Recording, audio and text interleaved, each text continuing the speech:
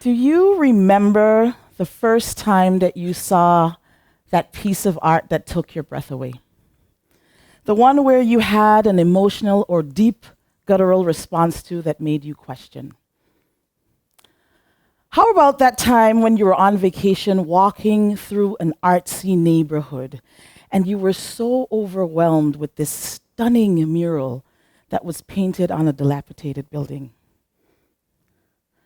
Or the first time you heard a piece of poetry or saw a dramatic scene at the theater that was so profound it compelled you to tears?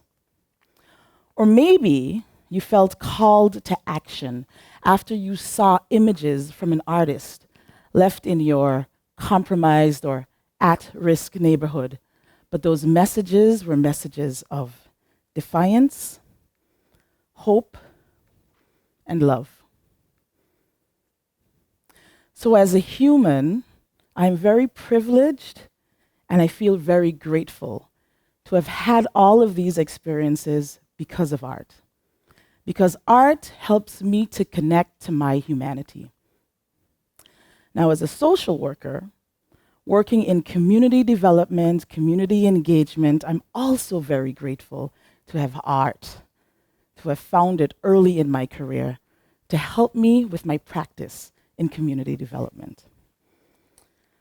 You see, art is at the heart of many profound human experiences where we can feel together.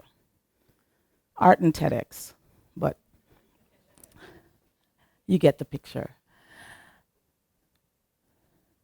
Going to a concert with your friend and thousands of people engaging in this energy with you as you're looking at one of your favorite artists. Bacchanal Carnival.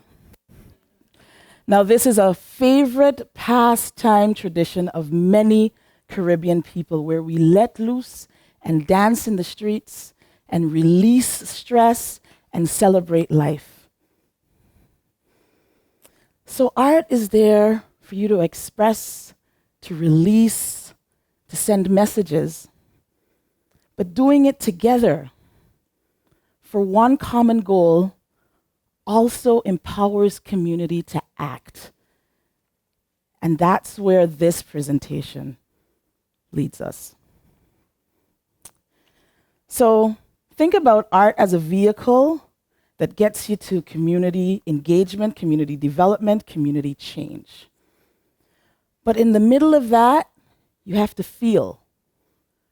And art is what I found that helps us feel.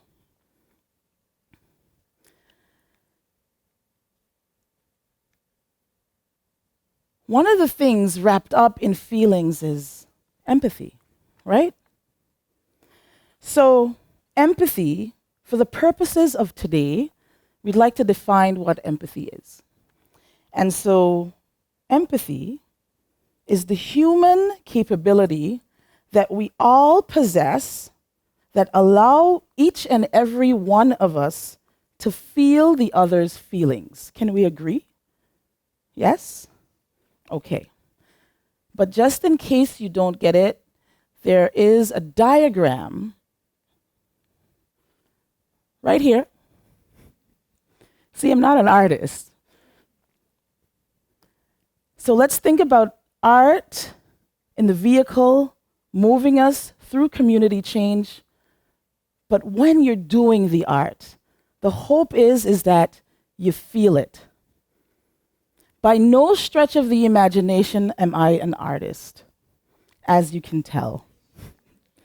I mean, I think that I'm a pretty terrific drummer, even though my drumming instructor may disagree. But I have used it in so many ways as being a social worker and using it towards community activism. But before I tell you about how I used art in this community in St. Martin, I want to take you back a little bit of my life where I first recognized this magnificent power that art had.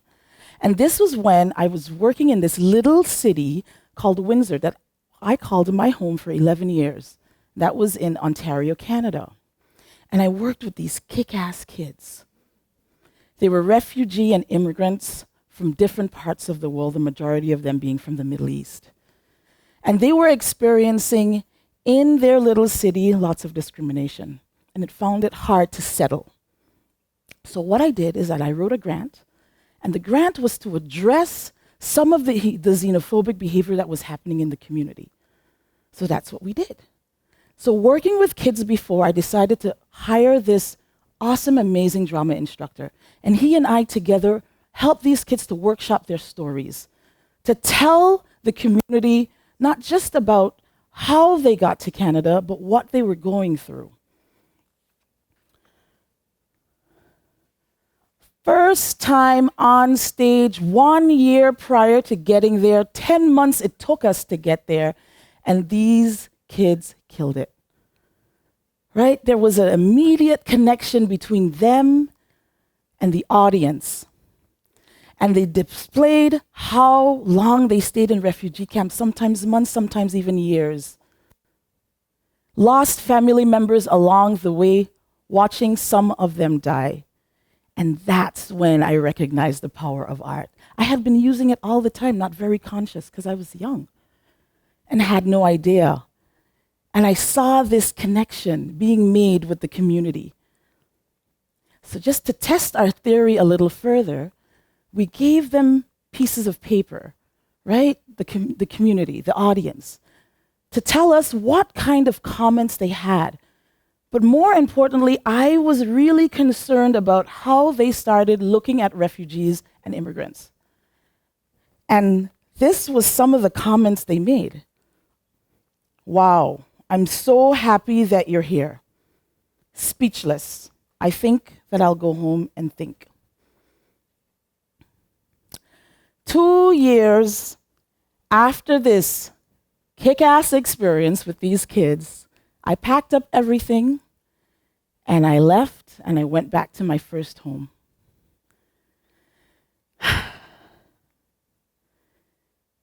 And it was horrendous.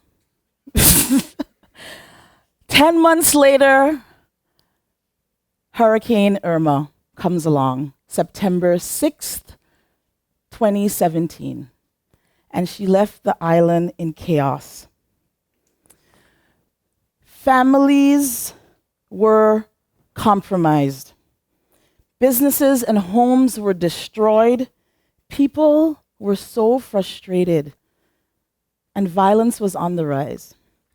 And the community spoke about how resilient we were, the international community as well. And all I could think is, were we really?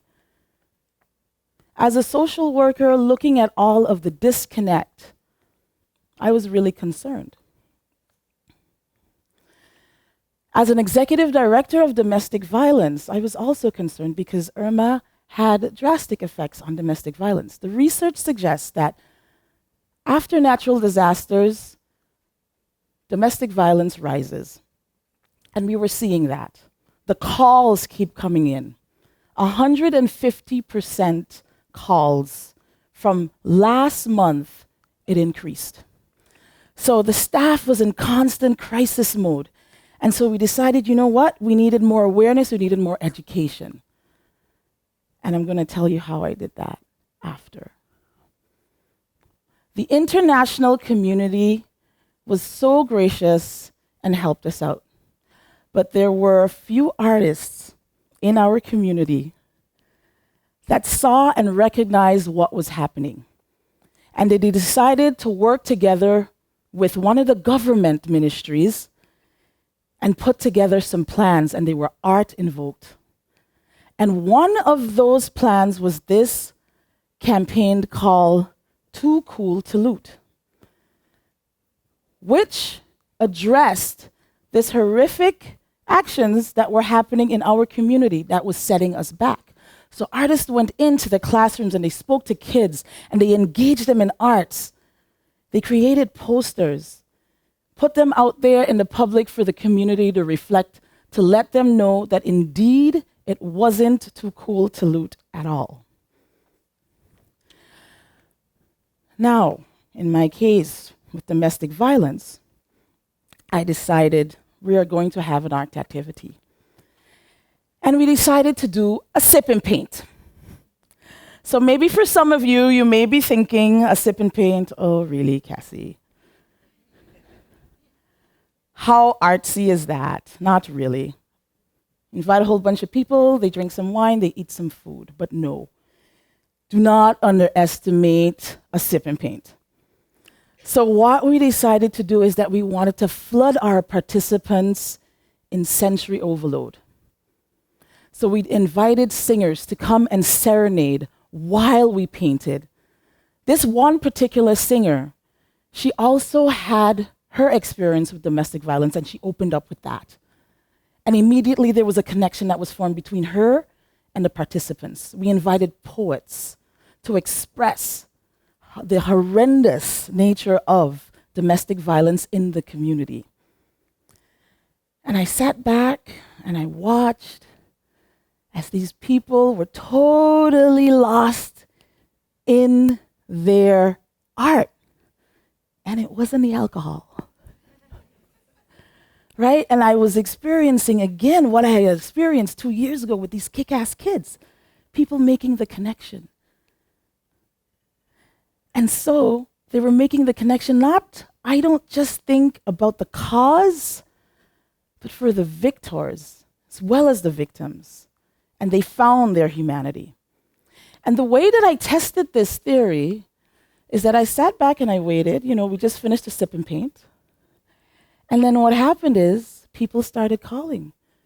What a wonderful sip and paint. That was great. But I also have a friend that was going through domestic violence. And I'm so frustrated, she keeps going back. And she wanted advice. And the calls kept coming. Even men started opening up. Well, I'm not too keen on a sip and paint, Cassie, but it was a good event. Right? But they told me about their friend that was being abusive towards his wife, or that friend who was being abused by his wife. So we went further. We didn't stop there. The next year, we approached schools, and we were like, listen, let us into your school, and we want to chalk it up. And some principals were like, you're going to desecrate my school? But there was one school that said, no, we'll let you in. And I think it's because I had some friends who had some kids, and they went to that school, and they were my advocates, but they let us in. And we chalked the entire school up with words of affirmation, really trying to encourage healthy relationships between little people. And they came to school the next day, and they were so surprised, and they were taken back. And I think that they were wondering, how did that happen? And so I asked them while they were looking around, what do you think? Seeing your school all chalked up in all of these color. And some of the responses was like, yeah, when are you doing this the next time? I want to do it too. My father and mother, they fight all the time. Maybe the next time you do it, maybe you can invite them. We didn't stop there. So last week, we went into a high school. A friend of mine, 3 weeks ago, she said, Cassie, this is what she should do. She called me out on Facebook, actually. She didn't bother to pick up the phone.